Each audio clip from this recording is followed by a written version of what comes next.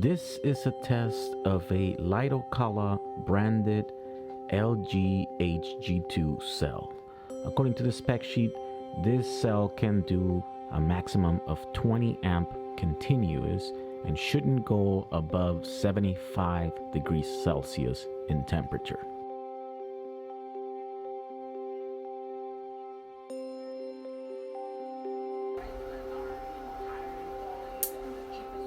And just like that, with that little crack, the cell is damaged beyond repair. At 15 amp load, this cell reached a maximum temperature of 100 degrees Celsius, at which point the CID was triggered and now the battery is open circuit. So that's how you kill a fake LGHG2 branded LiFePo4 cells.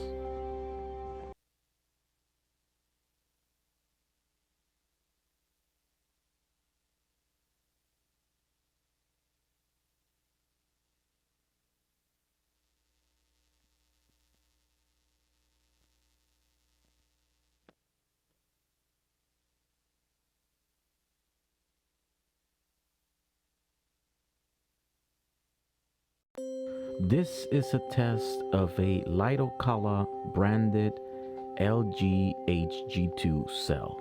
According to the spec sheet, this cell can do a maximum of 20 amp continuous and shouldn't go above 75 degrees Celsius in temperature.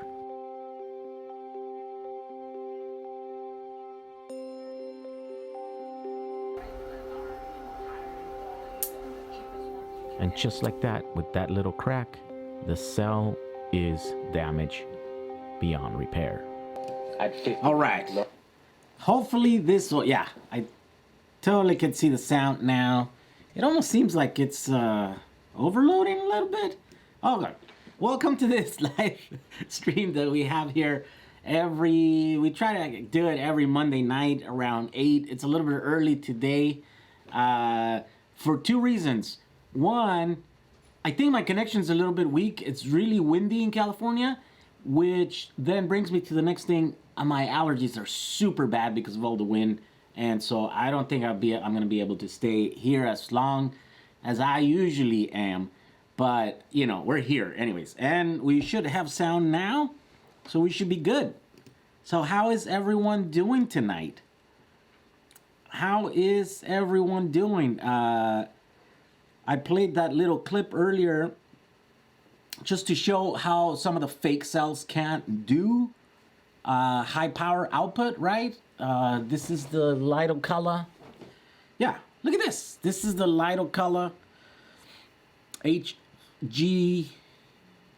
LGHG2. Yes, okay, there we go. It's a fake HG2 cell.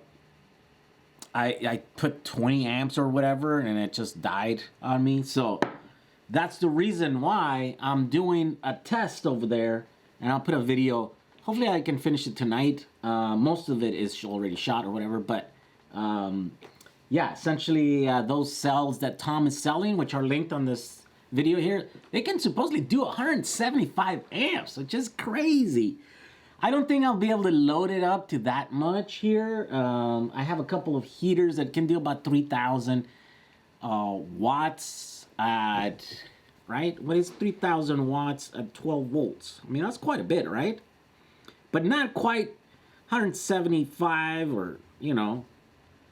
Yeah, so let's see, 3,000 watts divided by 12. Yeah, so it'll be about 250 amps. Really, that's it? 250 amps, then divided by 5 because I have 5 cells in there. Yeah, that's 50 amps per cell, I guess. Let's load them up, see how we do there. But anyways, that's what's going to happen from tomorrow. Hopefully tomorrow morning I'll be able to drop that video or whatever. Who's in the house tonight? Oregon. It's in the house. Now I need a 2,000 watt pure sine wave inverter. There you go. Yeah, get the 24 volt, right? That's the one that works. Let's see, allergic to wind? Well, Not particularly the wind, but you know, everything that the wind picks up on its way, I'm allergic to. I had a terrible night last night. I couldn't sleep. I'm all congested and stuff, and I feel like I'm sick. That's usually how it starts. Malaysia, it's in the house. Um, I like wind more than sun. Really? No. It's cold up here in California near Mount Shasta. I've been up there. It's pretty nice. Early morning from Dubai. Good morning to all. So it's in Oregon, Queensland. Island Times is in the house from Queensland. Let's see. Watching from the International Space Station, your live streams are out of this world. That would be cool if you were on the International Space Station. Yeah, that would mean that in the time that we are live here, you're gonna go around the globe. What, like 3 times or something? It's like once every 90 minutes or something. It's pretty crazy. Riverside, Cesar Escovedo's from Riverside. Oh my God, the light turned off. It's cold up here in Northern California. Yeah, so I read that one. So about to set up a battery pack for an electric jet ski. Any ideas or tips? No, I absolutely know nothing about jet skis. But it sounds like you're gonna need high power cells, right? I don't know. I mean, does it need to be light? Can you put a big battery in there? If not, you can, yeah. It should be interesting. Yeah, I don't know anything about it. I don't even know what the power consumption is of one of those, you know? Will you attend Tesla Model Y launch event? No, I couldn't get in. So everybody invited me as their +1, but by the time that the first person that invited me sent me the invite, and I tried to RSVP. It's a pack. It's a full event, and you know, some people said like, oh, maybe you should like, you know, email them and telling them that you know they should let you in because you're a YouTuber, and I'm like, whatever. I don't really like this, you know, like, don't you know who I am? I'm a big deal. You know what I mean? Like, I'd really hate to like ask people for special favors and stuff. So I'm like, whatever. I'm just not gonna go.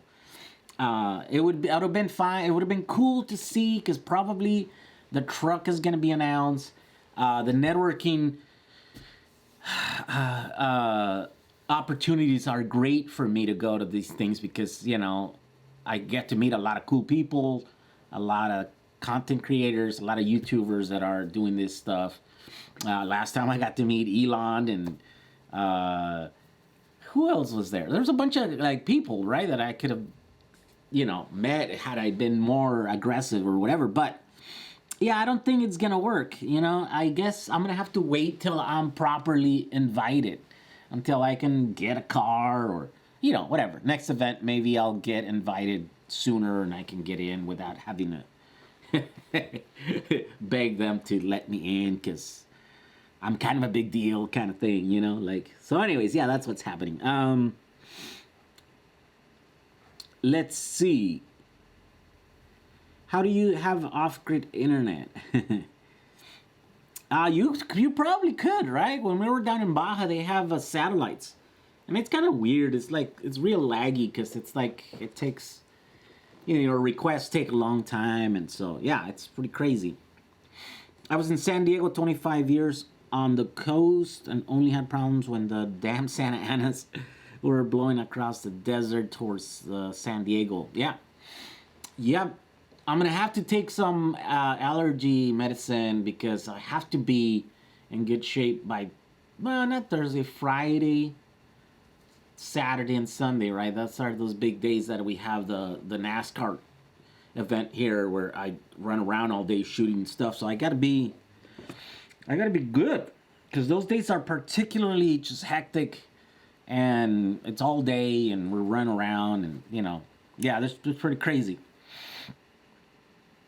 I want to try a second gen Prius LiFePo4 swap. Wait, so you want to put LiFePo4 on a second gen Prius? Is that what you want to do? Because yeah, because Priuses don't use LiFePo4, right? 12 volt is awesome. Really, I don't really like 12 volt, but I mean, people keep asking for it because then it just kind of works with their existing equipment, right? But it's too low. 12 volt is just not high enough to do any high, wattage.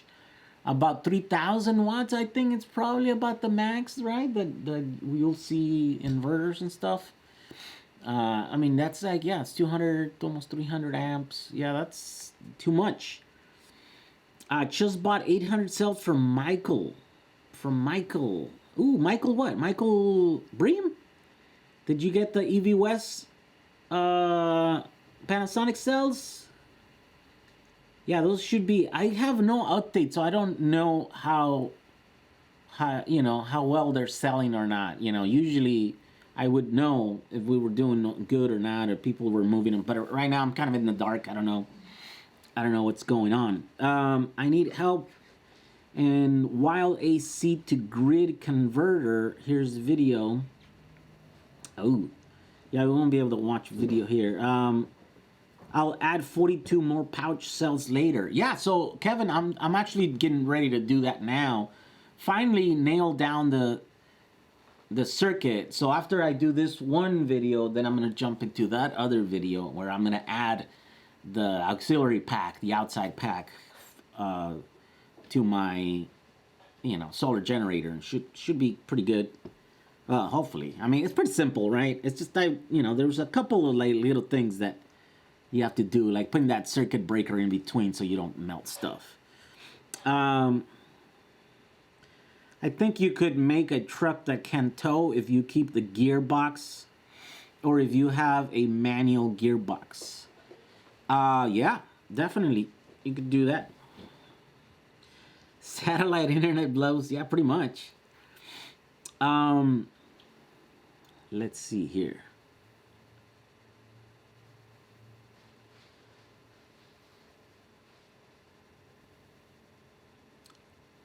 Different live stream. I was talking about LiFePo4. Oh, really? Depends on your definition of off-grid. Oh, Puerto Vallarta. Look at that. We have some people from Mexico. What's your opinion on Winston brand LiPo, or not LiPo, right? Lithium iron phosphate, LiFePo4 cell batteries. They're okay. I think they're okay. The early ones that we used to use, they were really bad quality. Like out of 100, you would get like 3 or 4 that were like bad. Not 100% bad. They were just like, they had issues. They were like degrading faster than the rest of the pack, or they had like internal shorts like that, so they were self-discharging, more than the other ones. So you'd always have to like, why are these always like, drifting apart from all the other ones, And so it's really bad when you get 100 cells. Out of about 100 cells, there's a few that are bad, right? That's a terrible number to get, right? Whereas like the 18650s, right, and like the hundreds of thousands or almost millions that you get cells that are bad, that come out bad.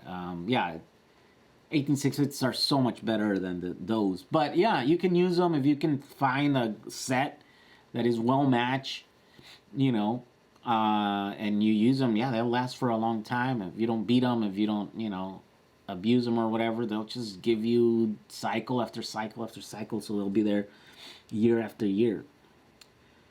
So yeah, so they're kind of big and heavy, and they're kind of hard to get because they're low production. They're not as in high demand as the 18650s and stuff. So at this point, they are kind of more expensive than the lithium cobalt oxide cells, the 18650s, right? Because those are much more popular. So yeah, I mean, and Winston. So Winston, I don't think Winston is in. Winston is no longer in production, I believe. Well, I could be wrong, I guess, but as I understand, Winston's no longer in production, and now it's Calv, right? They used to be like one company, and they kind of split off or whatever. And Calvs are still out there. I see people still using them, brand new ones or whatever.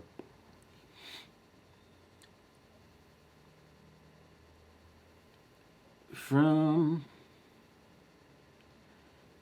how many BMSs do I need? I don't know. What kind of pack are you building? If you have an opportunity, you can attend Formula E race and how engineer push the electric car to the edge. I have attended the Formula E race in the past. It was pretty fun. We actually were even on the parade at the beginning of the race. We had like our DIY electric, car conversion cars, and we kind of paraded before the race actually started. And the one that was here in what was it? Long Beach. So when I was here on Long Beach, I don't know this year's where they've been. I don't follow it too closely, so I don't know where they're going to be this year. Found a good source of LiFePo4 in Ontario. Let's see. Do you know how to change a motor for a scroll saw into a wind electric generator? No, I have no idea what kind of motors they have, and I wouldn't know how to do that. What do you think about LiPos as backup power storage? They do crank out the amps. Yeah, so they'll be able to power pretty much anything. You can have a tiny little battery pack power something big with it, right? It's just and of course, if you build a big enough battery to have enough energy storage to run that for a long time, then they'll do better than the average battery, because then those are capable of high power, and if you're not using them, asking high power out of them, so they'll just be like nothing, right? They'll be like, they wouldn't even know that they're doing any work.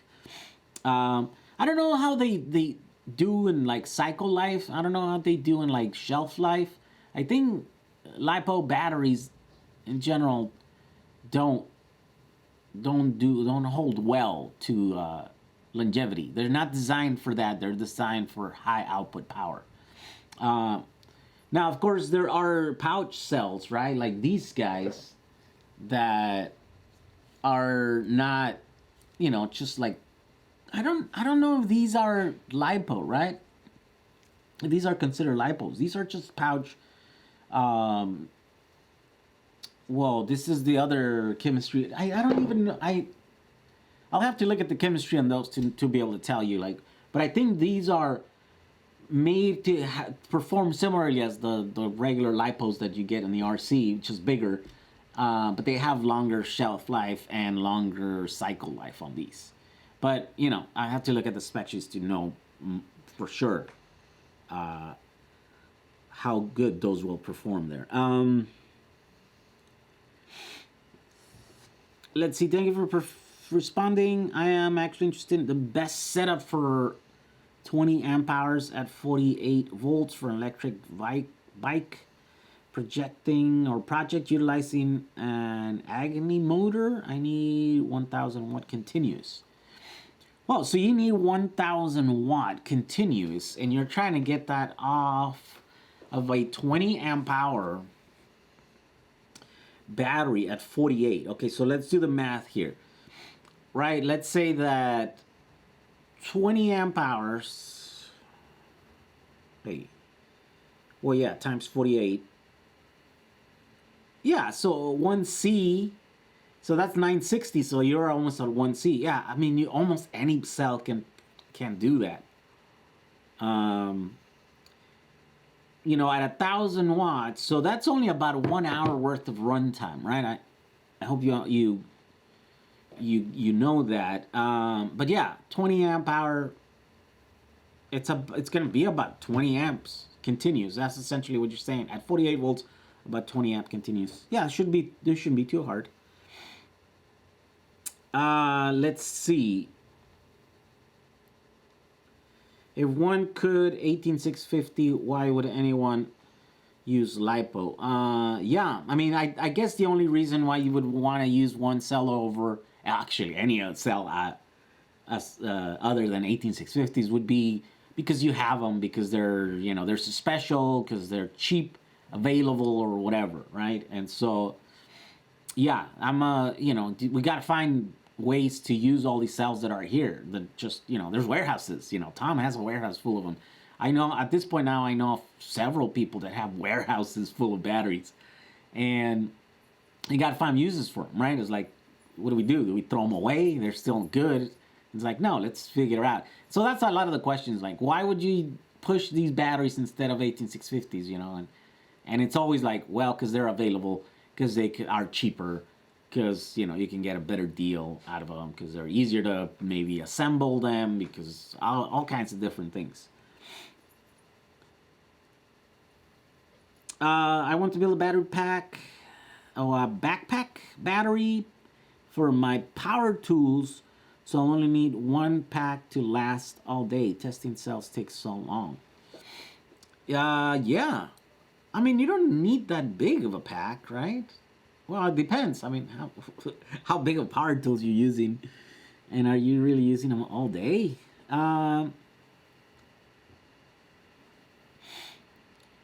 Let's see. I always went to battery hookup. Every path I use. How many batteries and solar watt energy panels to power a fridge, TV, microwave, laptop, charging, etc.? That's a hard question to ask because, that's like saying how fast do cars go. Well, it depends. Toyota will do 80 miles an hour, but Koenigsegg will do 200 miles an hour.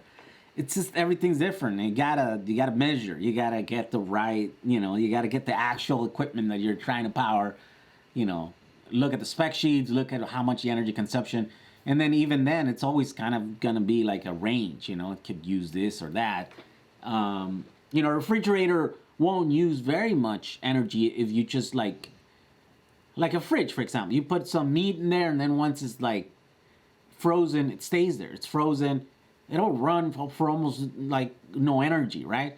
But you take that meat out, you put fresh one in there, and it has to like freeze that one. It's gonna use 2-3 times more of the energy. And you do that every day. That same fridge is fridge is gonna use way more energy than if one that's just theirs. If you stuffed a body in there and left it in there, then that's not gonna waste too much energy. So a huge amount of variables that go into trying to figure out how much energy you use. And the best way to figure out how much energy you use is to actually measure it. Buy yourself a kilowatt, buy yourself a thing. Most homes actually have a meter out there that you can go and read. There's a bunch of numbers, but once you can where to look at or whatever, you can make a note of it. Here's at the beginning of the month.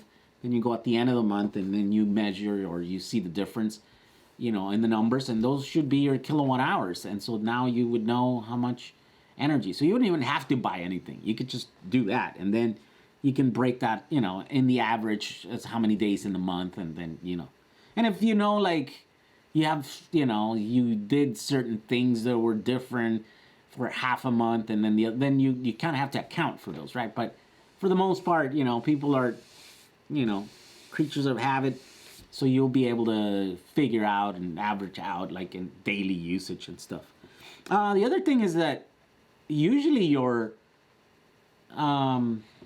utility will actually give you the bill, and it has a breakdown there of every day how much you used and stuff. Some utilities, not all of them. I think there's some going to be different, but yeah, there's a bunch of different ways. But you definitely have to find out how much energy you're using or how much energy your devices are going to use before you can pick up a battery that is gonna last you however much you want it to last, right?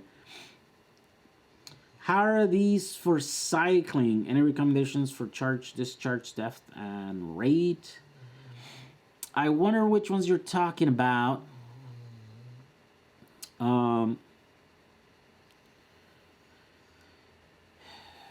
Pablo Ventini, hi Joe, do you remember me? I am your subscriber of the southernmost city of the world. Oh, yeah, there you go.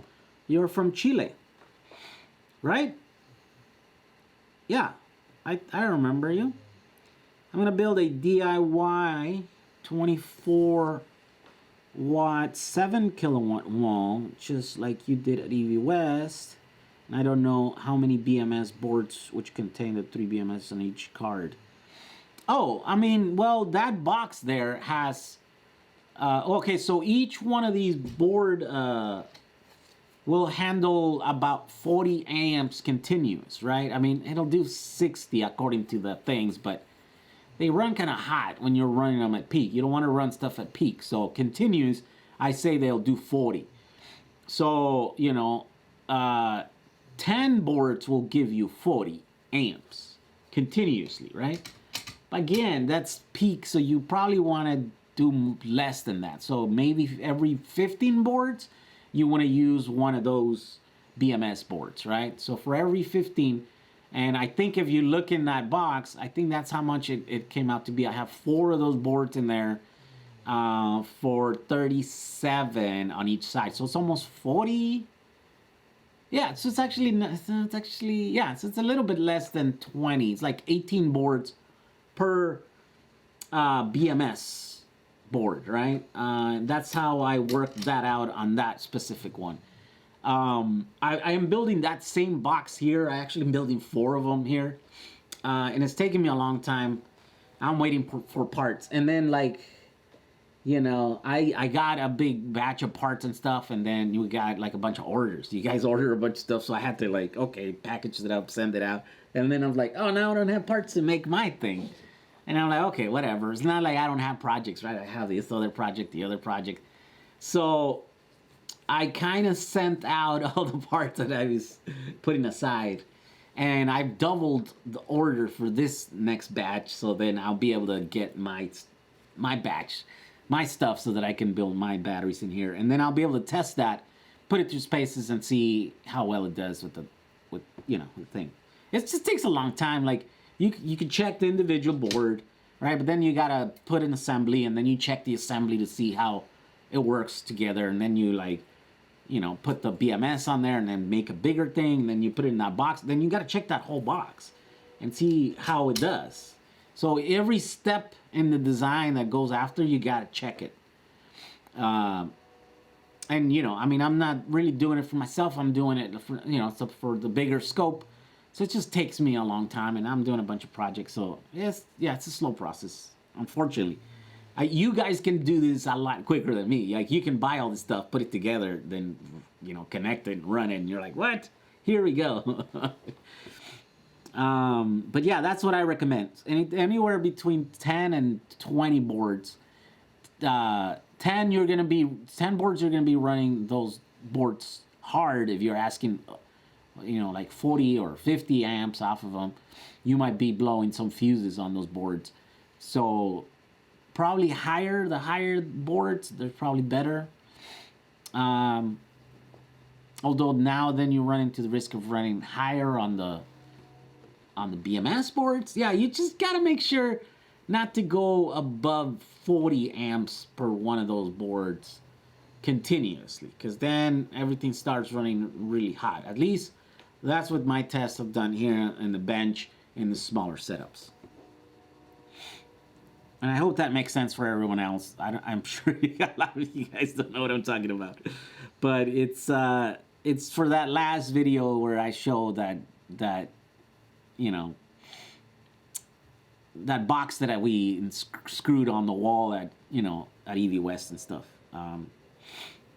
Let's see here. Jay, do you know how fast the shipping is from Battery Hookup? They have full-time staff, and I could actually tell you. Let's see. Yeah, they usually do pretty good at shipping stuff.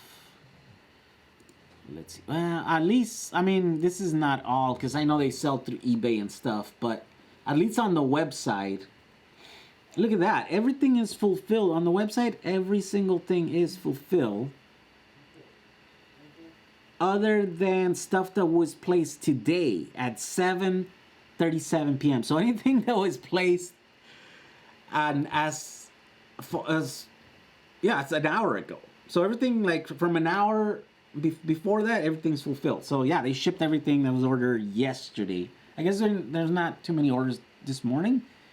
It's only orders right now. Yeah, so everything's fulfilled. Yeah, they do stuff quick. I'm from Germany. Winston LiFePo4 with 123 BMS. You know, 8 cells, 24 ampere. Okay. I thought that was going to be a question. Do you have any 18650 for sale? I'm looking. Yeah, so I don't sell batteries. You can click on the links on this the things on the description of this video, and you know, I'm partnered up with a couple of these guys that sell batteries, and they have warehouses full of them. And yeah, just click on the links down there. There's a frequently asked question thing on every video. It says, where do I get batteries? Number 2, where can I buy batteries? And there's the link there, and it takes you to mykit.com, and there you can find all kinds of different batteries, from 18650s, brand new, like the EV West stuff, to, you know, recycle overstock, you know, even the large format EV, you know, modules and stuff. So yeah, there's options. There's never been so many options for lithium batteries as we have now. Oh my God.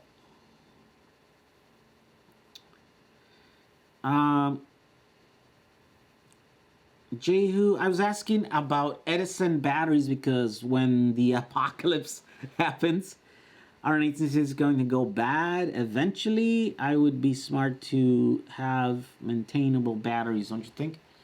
Yeah, I mean, yeah, if you're into the whole, you know, apocalypse thing, yeah, it would make sense. I don't know anything about Edison batteries. I don't know.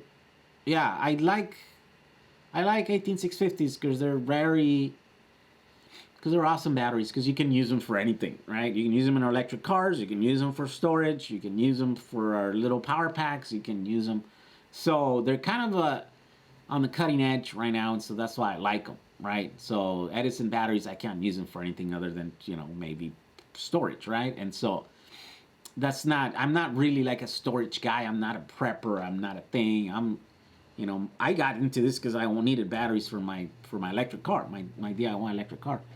And, you know, secondary use for those batteries, the ones that don't cut it, that don't make it into that, then you can use them as storage and stuff. So,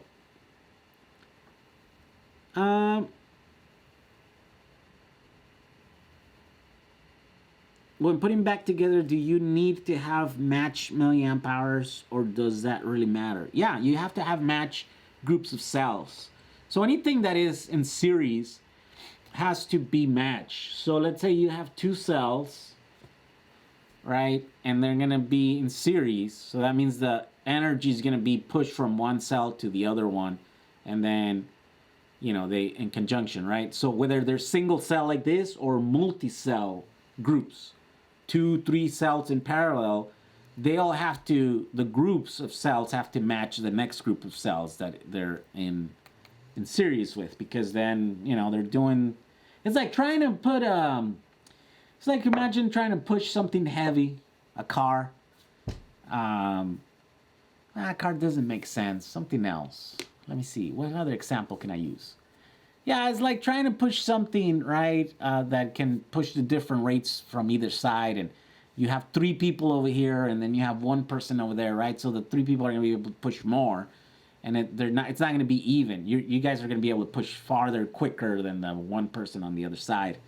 Oh, a carry something heavy. That's a good example. That's a good analogy, right? Trying to pick up a heavy table, right? And 3 of you get on one side, you know, and only 1 on the other side. Well, it's not going to work if you guys are equally strong, right? So the 3 people are going to be able to carry that thing faster, quicker, or whatever, for a longer period of time. Where the one person is not. It's going to get tired really quickly. Unless that guy is really, like, big and heavy, like, you know, he's strong.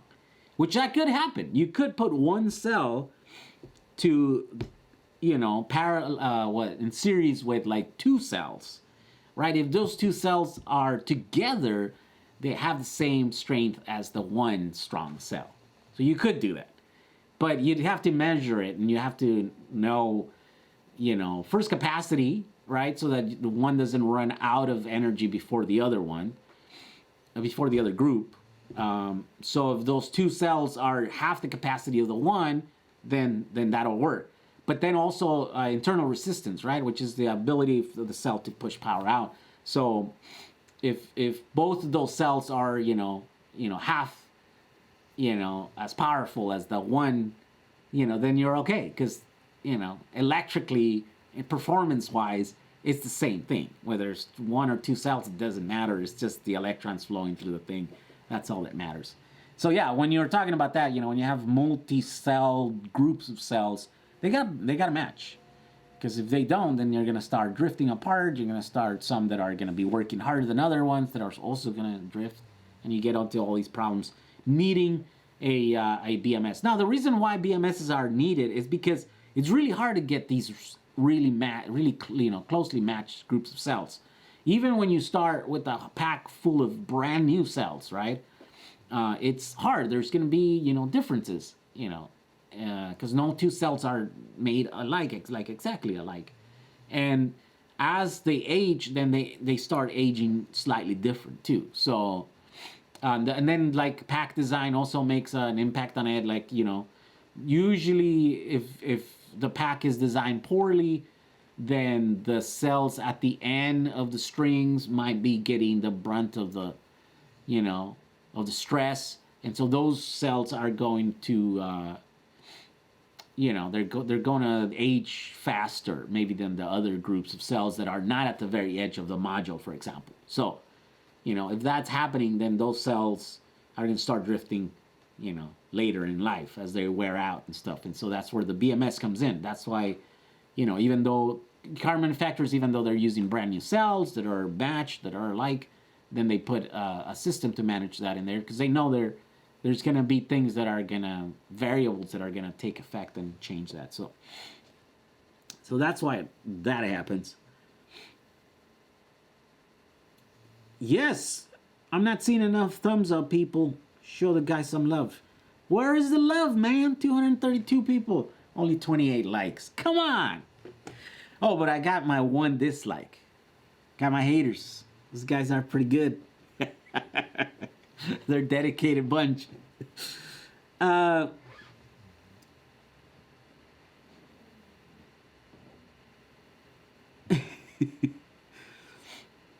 Let's see. Right, you driven around. Okay, so let's see. Another good question. Let's see. I think a good example is the water hose, trying to push the water from a fire hydrant into a garden hose. Yeah, that's true. Yeah, there's going to be a bottleneck in there. They'll have to be able to flow at the same rate.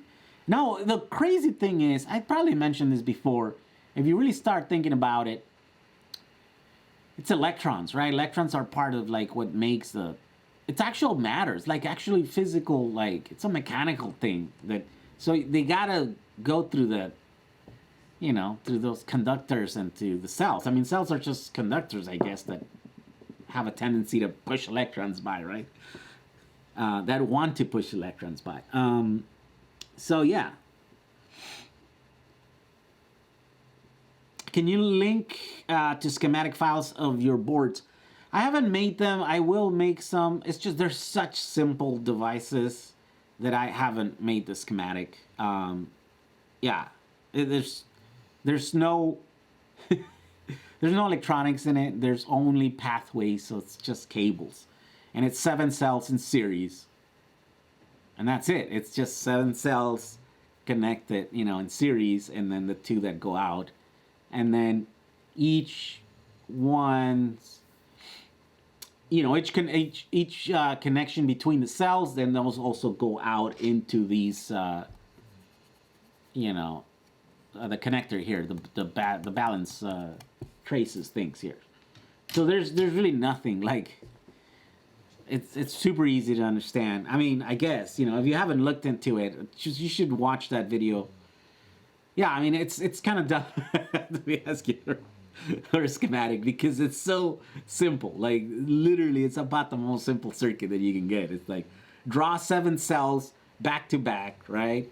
and then put two outs, and then it's the positive and the negative, and then in between each one's coming out. That's my board.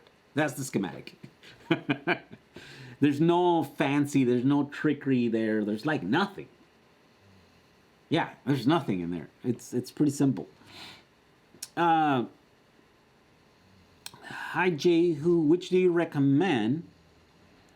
Lithium ion or lithium ion phosphate or lithium iron phosphate? Depends what you want to use it for. Who do you want to use it in? A car? Lithium, cobalt oxide, right? Storage, yeah, lithium iron phosphate. Unless you already have some batteries, but depends. If you're buying the thing, if you want to save some money, where in the world are you? So there's a bunch of variables that will guide what the best battery for you is, right? It's mostly what can you get your hands on, how much money you want to spend, how much work are you willing to do. All the stuff play a role.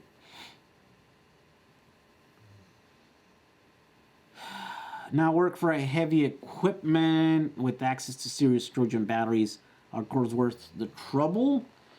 I think so. I think they do. I just don't know. I don't know anything, or I don't know much about lead acid batteries. I've never played with them other than the average, like what you did with the car. It's like all we know is that every few years, you'd open up the car and it wouldn't start, and then you're like, what's going on? You open up the hood and it's all green in there, and you have to use the soda or water or whatever and clean it up. And then after a few years, you're like, oh, this battery's dead. Get this thing out of here. Go to Pep Boys, buy a new one. Like that's literally our interaction that had been with lead acid batteries. So I don't know much. I don't know how to, desulfate them and bring them back and changing the acid or adding water and all the stuff. I never got into that stuff, right? So I don't know much about that stuff. And now I'm like, we don't have to, because now there's so much better batteries. How often do you balance your 18650 pack, and how important is it? Can a pack blow up? Yes, it can blow up. You can overcharge it or over discharge it. So being out of balance is dangerous because you can kill cells either at the top or at the bottom. At the bottom, they die instantly, and then they're dead, right? Not much fuss about it. It's just they die. That's it. You're done. But then when you try to charge that battery again, if there's dead cells in there or groups of cells, then that extra voltage is going to go to the other ones, which means all the other ones are going to overcharge. And then they're all going to die at the top. And at the top, it's a much, it's much more trouble when it dies at the top. Because at the top, they start heating up, they start venting, and eventually, if you don't stop the charge, if you grossly overcharge them, for hours, and at a high rate, then they could catch fire. And they do a lot of times, right? So yeah, having an unbalanced pack it's not a good thing. I don't balance my pack that I have in my bus. It doesn't have a BMS. They're just incredibly well matched batteries that I have in there, and so I've checked them every once in a while, and I've never had to adjust anything. I'm gonna take those batteries out before I think I reach to a point where they're gonna be degrading enough that some of them are gonna be starting to drift and stuff. So I probably don't have a need for a BMS. Now for my next battery that I put in there, I will use a BMS, and that's going to be custom made modules done by me, which means that I probably won't be able to do such a good job as Tesla did with those modules that I have on there, right? So yeah, I will have to do that and then kind of manage them and check or something. Yeah, balancing is really important. You should at the very least check that they're balanced. And if they're out of balance, don't use your pack. Make sure you balance it. I've had issues with 38120 cells after 6 months of regular use. I've noticed the internal resistance just getting worse, even though I keep it in good voltage. Yeah, I wonder what is Andy. What voltages are you using? Are those 38 120s? Are those which ones are 38 120s? Are those the headways? Are those the headways? Yeah. What's your cutoff voltages? Like, what is your depth of discharge from 3 volts, from 2.5 to 3.5 or 3.6, or yeah? What's your range that you're using them? Because that has also a great impact in the degradation of the batteries.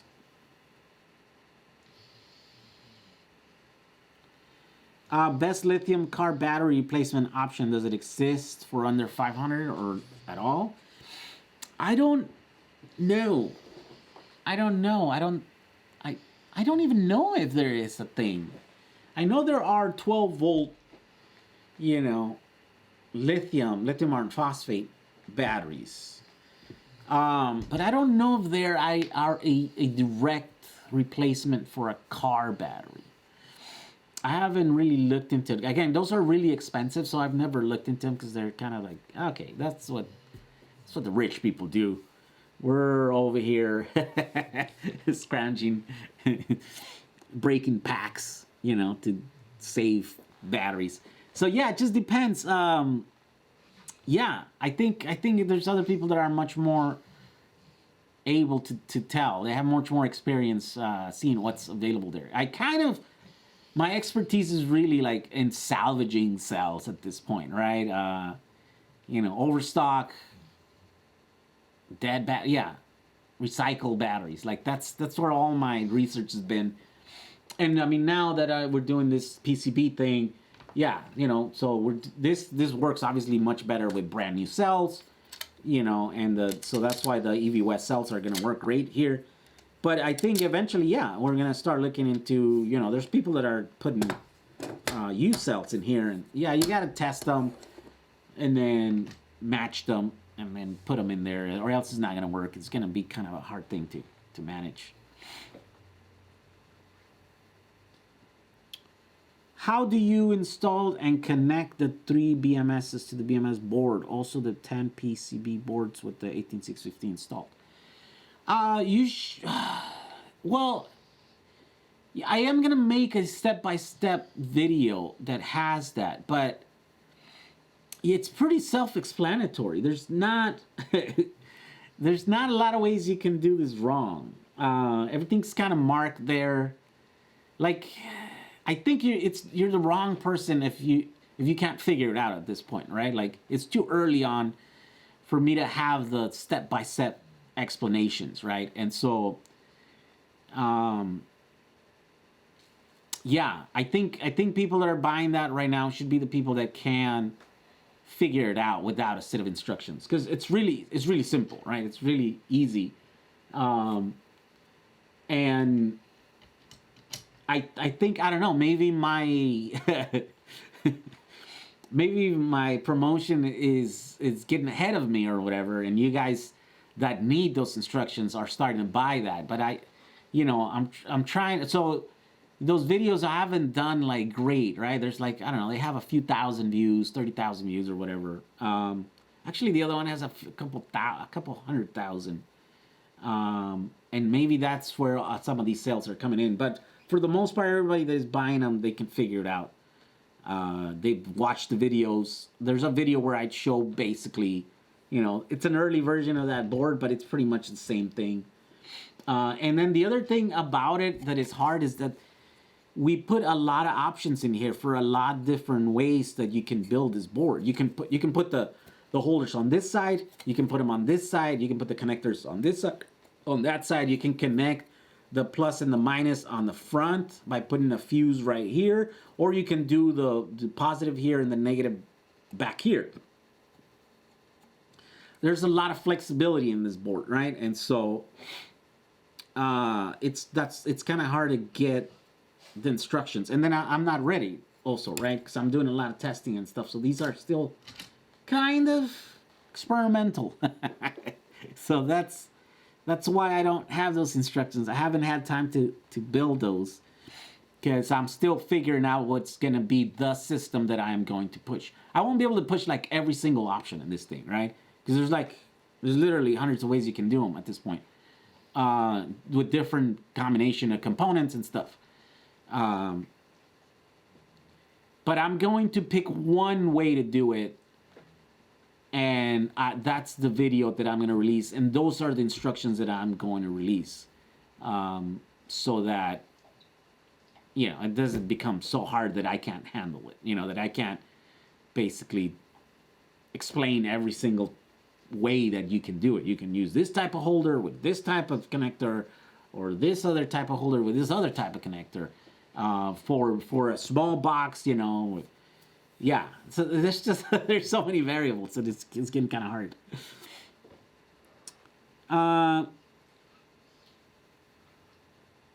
12 volts at 14.4, and I watched them freaking out.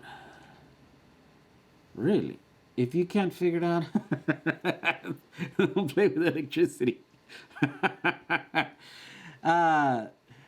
Hope this is not too silly of a question. To add range to an EV. Oh my God, my nose is clogging up. I'm trying to keep the existing components as is. Do I increase the amps or the voltage? Well, that question has got so many things that are wrong. Okay, but there's a way to answer that. Okay, so look, an EV has a group of components, right? That a large portion of them are custom, right? So usually electronic equipment has a range of voltage which it works at, and it has to have a range of voltage because that's just the nature of batteries, right? A battery fully charges a certain voltage, 400 volts, and then fully depleted, it's like 350 volts, so there's a 50 volt, swing from fully charged, fully discharged, or whatever.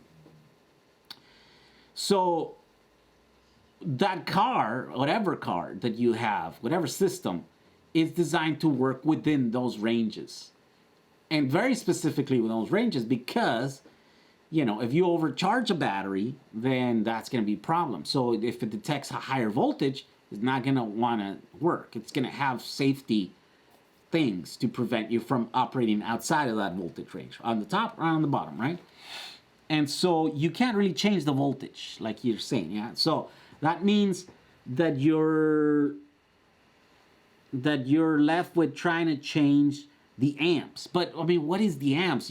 Amps is power, right? And so amps won't make you go farther because that's power. That's just how much horsepower. It's like saying, like, same car, same gas tank, size, but one has 300 horsepower, the other one has 100 horsepower.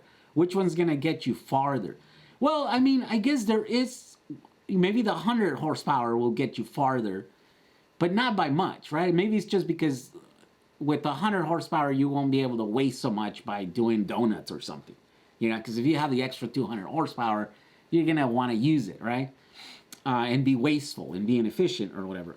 But as far as getting farther, I mean, it's not gonna help you because you still have the same gas tank, right? So amps is the wrong terminology to try to do that. So you talk about amp hours, then that is storage. And you could increase amp hours in a car battery in a bunch of different ways. You can add, for example, so like cars, the standard that is emerging is 96 cells, right? It's 96 in series, which is what Tesla has, and it's about 400 volt pack, fully charged, about 350 fully discharged, right? So in order to add more amp hours, more capacity to that battery, you could put a second battery and then connect it just in parallel, right? So when one is 400 volts, the other one is 400 volts, and they are both depleting at the same time, except it's going to take extra long. It's going to take twice as long to be able to deplete those two batteries. Now you have two battery packs, right? So you could potentially trick the car, right? If the car doesn't freak out because it knows, because they count amp hours, right? So the meters, the energy meters on the cars know they're measuring how much energy is going through. So if you bypass that and add the secondary battery, well, can you do it? No, there's a way that you could probably connect the battery on either side of that measurement tool, right? And so if you connect it where the car doesn't know that it's getting extra power, then it's not gonna freak out. It's not gonna give you an error code. It's not, because it doesn't know. It doesn't know that you just travel extra, like twice as far with the same amount of energy, right? But it could, if it's counting miles or if it's counting, right? Because some of these cars are, smart. They have a computer and they have to track all this other stuff like a Tesla does. And there could be code in there that says like, hey, this doesn't add up. Shut the system down. There's obviously something weird here. Let's disable the system. Maybe not. So it just depends. It really depends on what car and what's the code in there. But you could do that. You can add, if you were to add like a second battery, it would be hard, right? Because the second battery is pretty big, like a Tesla battery, right? It's almost the size of the car, the 4-length. It's another like 1,200 pounds, whatever. But you could, for example, add 96 individual 18650s. And that's also going to be a pack that is going to match the voltage, right? It's 96, it's going to be 400 volts fully charged and 350 fully discharged. It's going to add just a tiny bit. In this case, these cells would add 1.5 amp hours to your pack. If you get the EV West cells, this is going to add 3, amp hours to that pack. And the 96 cells will fit on a little box like this. If you go 2P, right, and 96S, then it's going to be a larger, bigger box, but it's going to add 6 amp hours, right? So then you could do any of those. There's a way to do it. It's just, you can't, I don't think it's a thing where you can just connect it. You'd have to trial and error your way into it, and then, might have to rewrite some code or do some hacks or do some stuff. But it can be done. The right person with the right talent, they could do it. And they probably will. They might already have it. I'm just not aware of it, Let's see here. Are you familiar with the 26650 batteries? Vortex is doing a 20 kilowatt e-bike project with them. 20 kilowatt e-bike. Whoa. So 20 kilowatt e-bike. Okay, so these ones that I'm playing with here are 20 cells. Right? And they're capable of what? What did we say? We said 150, right? 150 amps? I think it was like 150. Times 3.3 or 3.2. Yeah, so those are like almost 500 watt batteries. Continuous. So if it's 500 and you're saying they're going to do a 20 kilowatt divided by 500. Yeah, man, you could do it with 40 of those batteries. Yeah, that's it's totally doable. It's totally possible. Oh, wait a minute, 175 amps. You even need less than that. 40 will do that 20 kilowatt, no problem. Yeah, I'm playing with high power 26650s at the moment. As the next video, it's gonna be that. I'm ordering Jacob's PCB in this week. Gonna plan to make some videos. I'm working on a CNC machine. What? Let's see here. If you want to learn that tech. Oh, West that tech guy. Yeah, I know West that tech guy. Let's see another question. Andy Neal, you have to present the Harbor Freight controller to the right voltage.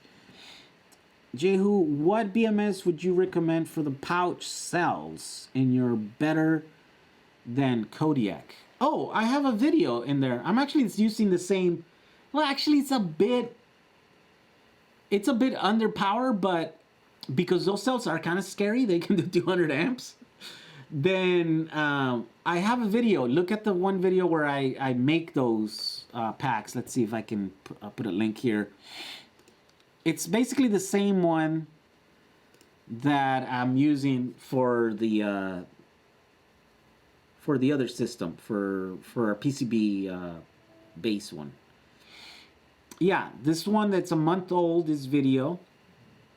Install a BM. Alright, shut up. Here we go. Come on, share it. Is this video right here has the whole build process on those pouch packs and the BMS that I'm using for those. So it's a bit undersized, but you think about if you're doing 42 cells and you're doing 6 packs, that's more than 2,000 watts. Yeah, so it's just, it works, right? You're just kind of capping those batteries. Now, probably, I don't know how well suited. I have melted those BMSs by pushing too much power, and the scary thing is that they stayed on. So they latched on those MOSFETs, and that's a bad thing.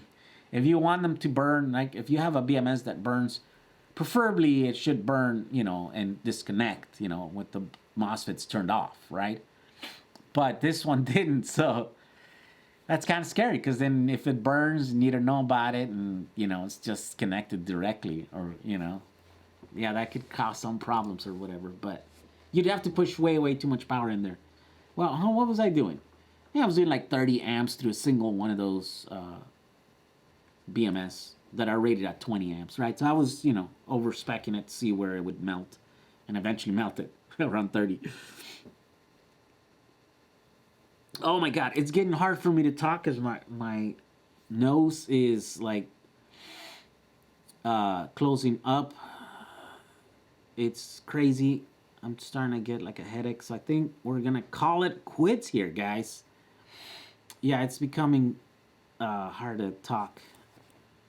Are Bruce and Battery Kids good? I don't like them, but, you know, I'm biased, I guess. But some people will build them and they like them, so yeah, you should give them a try. You should look at some videos of people that tried them and they're using them. All right. Microwave? Ooh. All right, guys, I think I am going to call it quits here. We'll see you guys in the next video. Probably going to upload one tomorrow.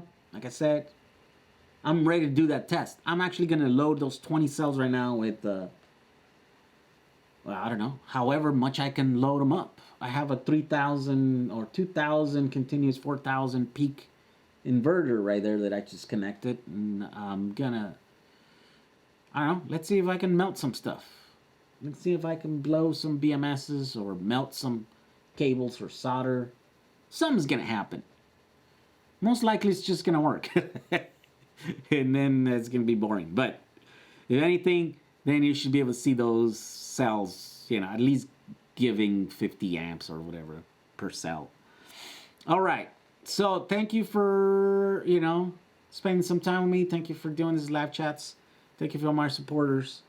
All the people that have joined the channel. Yeah, we do this every week. Come back next week. We'll do this thing. We get kind of answer questions. Yeah, and I hope you guys get to build some projects. A lot of you guys are building projects. Post them in our Facebook group. It's been kind of slow there lately. So post some battery projects in there. So that we can all get inspired by the builds that you guys are doing. And all right, we'll see you guys in the next video. Have a good night. This is a test of a LiFePo4 branded LGHG2 cell. According to the spec sheet, this cell can do a maximum of 20 amp continuous and shouldn't go above 75 degrees Celsius in temperature.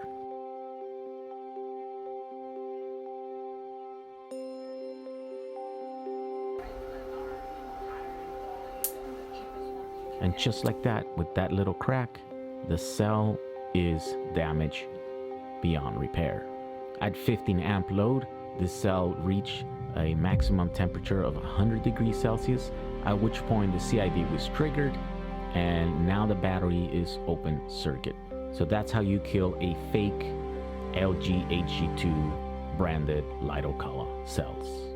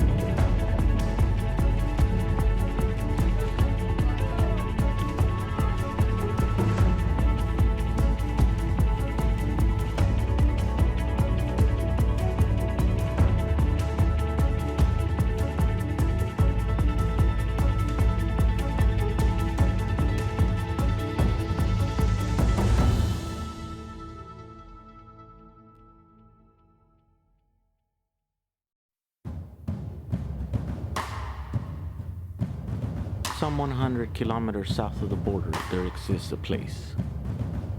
This is what's known as La Bufadora. It's a place where the water comes out. It's a blowhole. And let's sit around and watch the water come out here.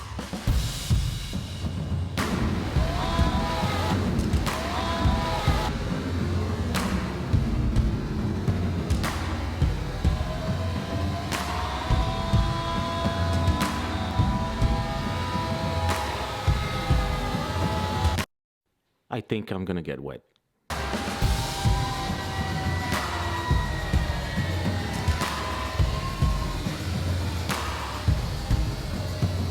What was La Bufadora all that it's cracked up to be? Or Yes.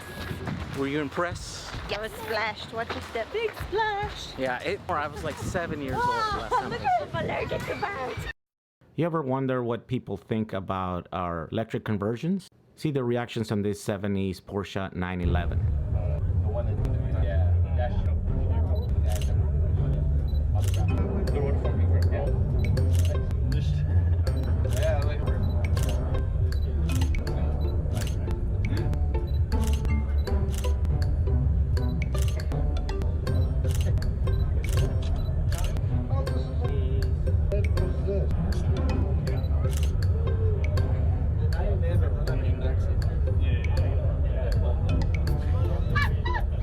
Oh, yes.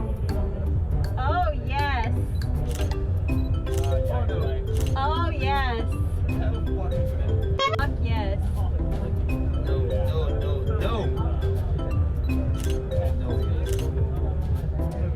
In a Porsche.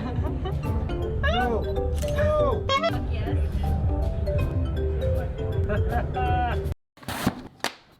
Let's make a power roll. Positive, positive.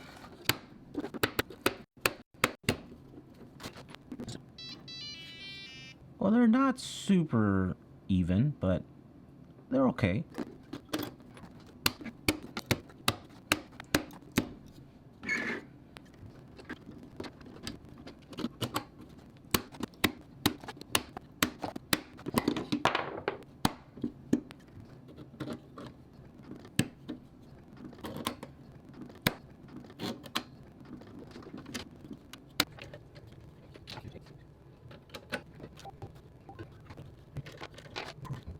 Whoa, they are kind of all over the place.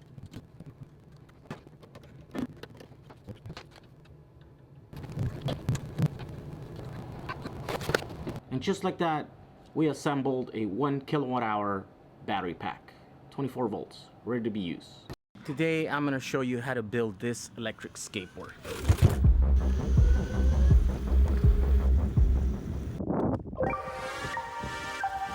As you know, electric skateboards are a thing now. They've been a thing for a while. There's the expensive ones, there's the cheap ones, and everything in between. But there's a new breed of electric skateboards. They're off-road. And you got a glimpse of one of them last time I was in New York. And I got to meet Vitaly, which runs the Portable Electric Vehicles channel on YouTube. He built himself this beast of an electric skateboard that supposedly does about 55 miles per hour, which is just insane. So I thought I would show you how I would build one on the cheap, using off-the-shelf parts to keep the build simple. So let's get started.